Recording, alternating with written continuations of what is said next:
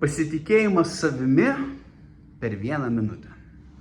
Matote, pasitikėjimas savimi yra labai giliai susijęs su jūsų tapatybė, kuom jūs save laikote. Tad padarykite šitą pratimą. Užsimerkite, nuraminkite kvėpavimą ir įsivaizduokite, kaip jūs puola liūtas ir jūs kovojate už savo gyvybę.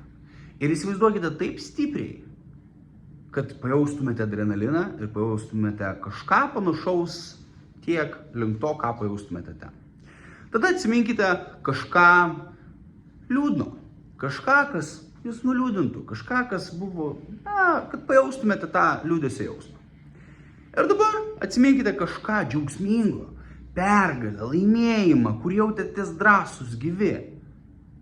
Ir užduokite savo paprastą klausimą. Tai kaip čia taip aš sukūriau šitas būsenas? Kaip čia taip aš nusprendžiau, kaip jaustis? Tai lygiai taip pat ir pasitikėjimas savimi. Tai yra komunikacija su savimi ir stabilus, reguliarus pokytis, kaip jūs keičiate būseną.